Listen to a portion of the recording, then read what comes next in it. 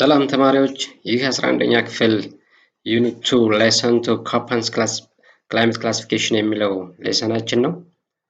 በዛሬው ሌሰናችን ኮፐን ክላይሜት ክላሲፊኬሽን ሜቶዶቹ እንዴት ነው ክላሲፋይ ያደረጋቸው በኮፐን ክላይሜት ክላሲፊኬሽኖችን በማፕ ላይ እንዴት እንዳሳየና እንዲሁም አጠቃላይ 5 አይነት የክላይሜቲክ ሪጅኖች ኦር ዞኖች የኮፐን ክላሲፊኬሽን አለው። እነዚህን እያንዳንዳቸውን ባህሪያቸውን የምናይ ይሆናል። አብራችሁን ቆዩ። እንግዲህ የኮፐን ሲምፕሊፋይድ የሆነ ኮፐን ክላይሜት ክላሲፊኬሽን አለ። ዜን ሞዲፋይድ የሆነ አለ። ዛሬ የምናየው የሲምፕሊፋይድ የሆነውን ነው። So the simplified Köppen climate classification ይሄ በዋናነት this system is commonly used for classifying world climate ብዙን ጊዜ የምናገኘው በካርታ ላይ commonly used የሆነው ይሄኛው የሲምፕሊፋይድ የሆነው Köppen climate classification ነው።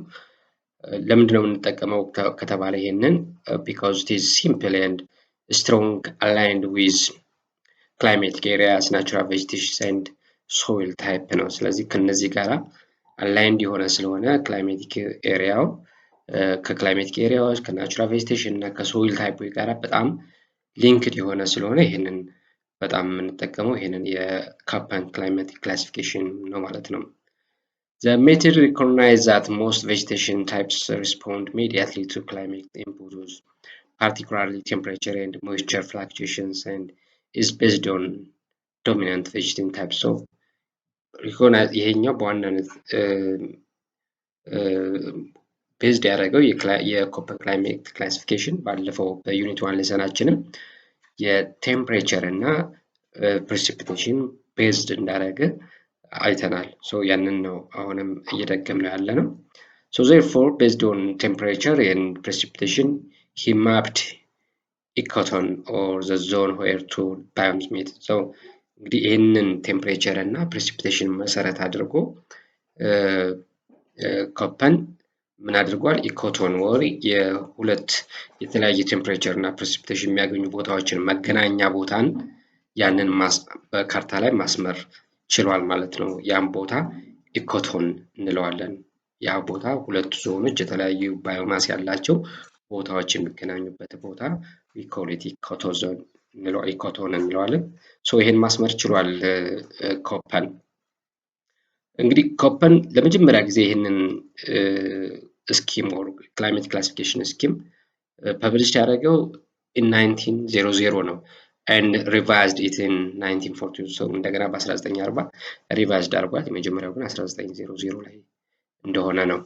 so በዚህ መሰረት ኮፐን he distinguished 5 major terrestrial climatic types 5 አይነት ክላይሜቲክ ታይፖችን ዲስቲንጉሽ አድርጓል ለይቷል። የመጀመሪያው ትሮፒካል ክላይሜት የምንለው እንግዲህ እነዚህን በአምስቱንም በፊደል ከፋፍሏቸዋል A B C D E ብሎ በዚህ ውስጥም የየራሳቸው እነዚህ 5 ሜጀር የምንላቸው ናቸው። በእነዚህ ውስጥም የየራሳቸው ሰብ ዲቪዥን ኦር ሰብ ክላይሜቲክ ሪጅኖች ይኖራቸዋል። ስለዚህ የመጀመሪያው ትሮፒካል ክላይሜት የምንለው ነው A ተብሎ ዲኖሚኔት ይደረጋል። ሁለተኛው ድራይ ክላይሜት ነው ኦር B ሜሶተርማል ኦር ሚድ ላቲቱድ ሚልድ ቴምፕሬት ክላይሜት የምንለው ነው C የሚባለው። the microthermal or mid latitude cold የምንለው ደግሞ ይሄ ኮንቲኔንታል የምንለው ቴምፕሬት ኮንቲኔንታል የምንለው ክላይሜት ነው and ያንሱ D እንለዋለን። then the fifth is polar climate or E እንለዋለን።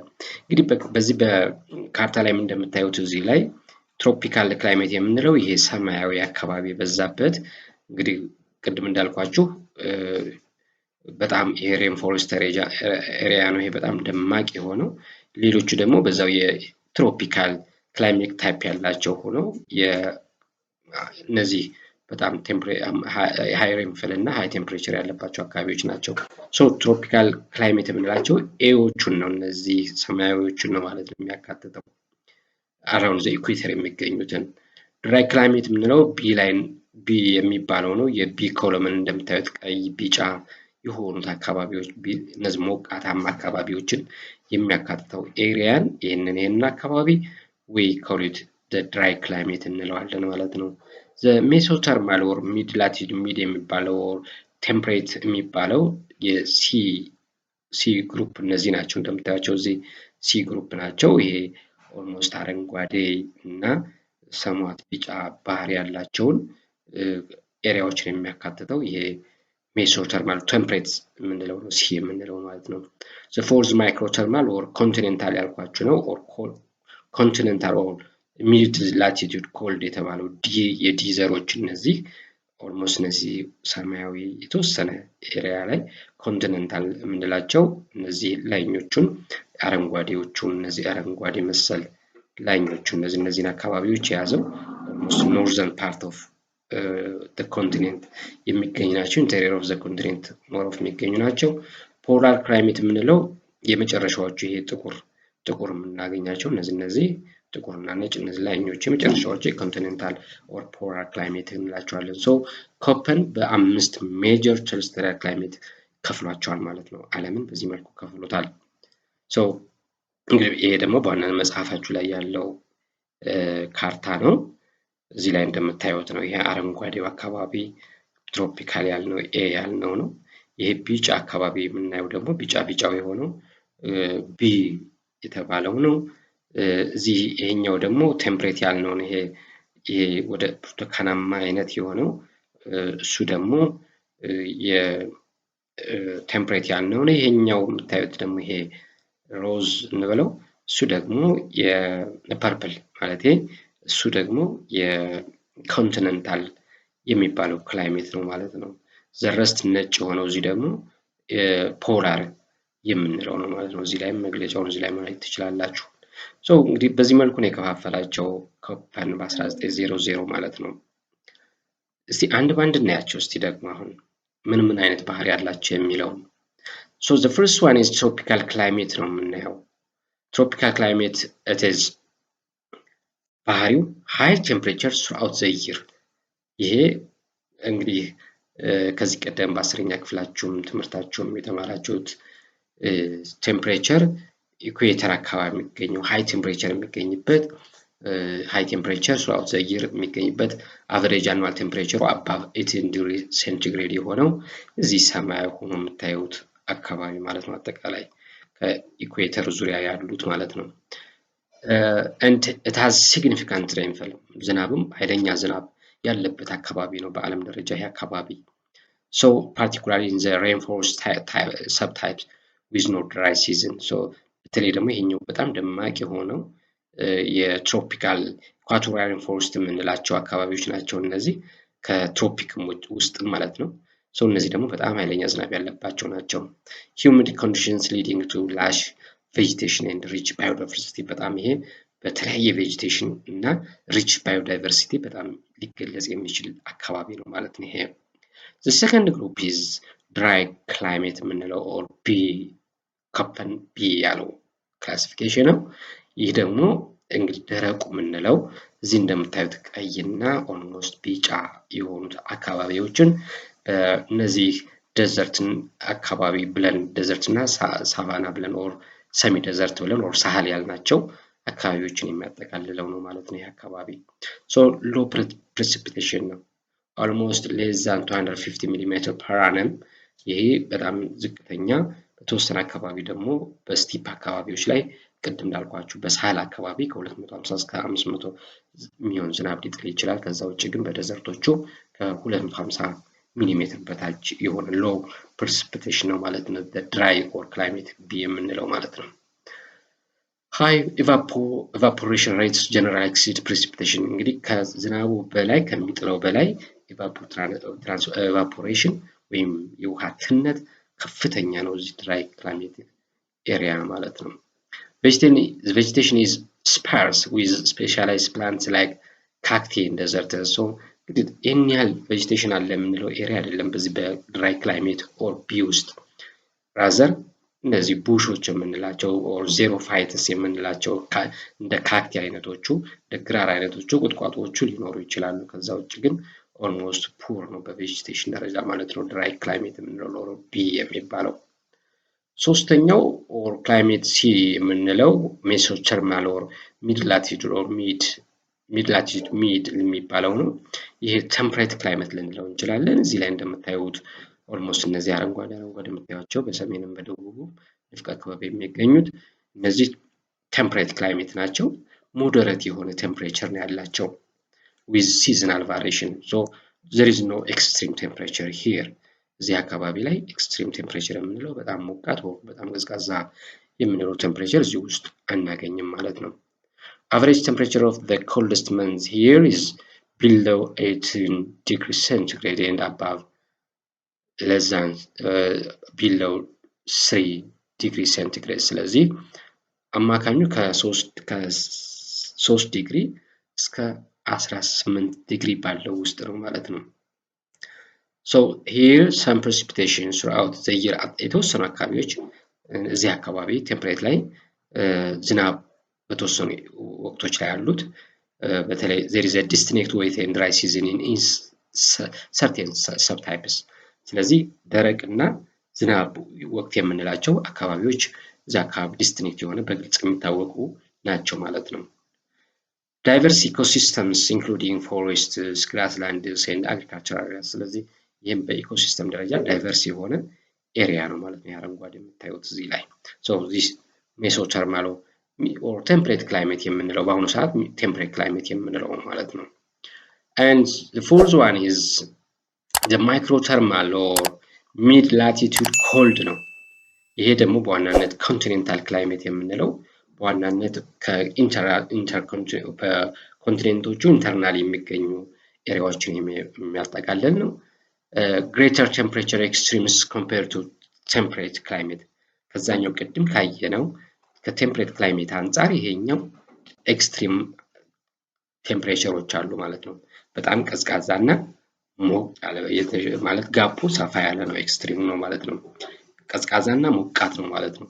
the average temperature of the warmest months እንግዲህ ዋርመስት የምንለው 10 ዲግሪ ሴንቲግሬድ ነው and the coldest month is below ዲግሪ ሴንቲግሬድ ነው። ቅድም ግን ከአባቭ ዲግሪ 3 ዲግሪ ሴንቲግሬድ ነው ኔጌቲቭ 3 ዲግሪ ሴንቲግሬድ ነው።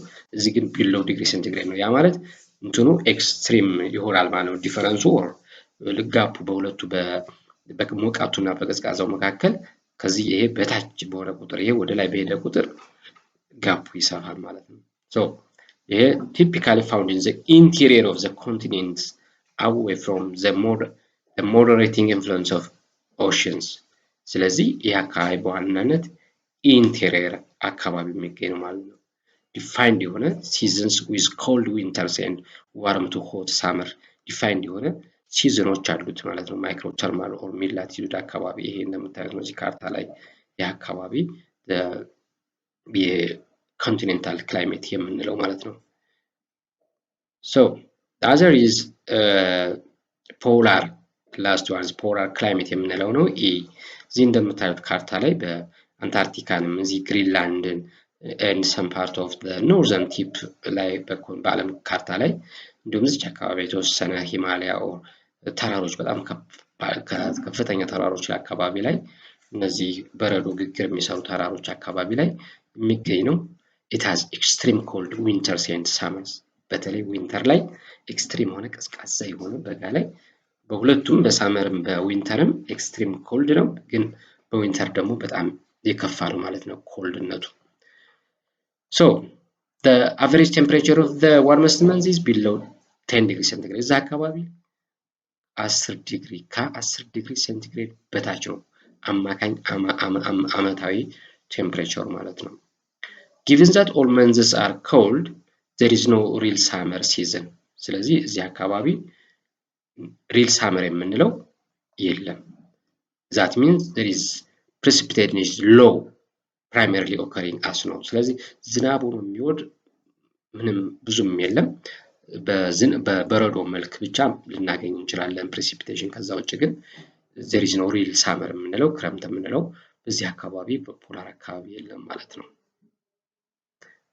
so limited vegetation ነው በዚህ ምክንያት with tundra and ice caps dominating the landscapes እንግዲህ ይሄ ፖላር ኤሪያ በሁለት በዋናነት ይከፈላል፣ ተንድራ እና አይስኬፕስ ተብሎ።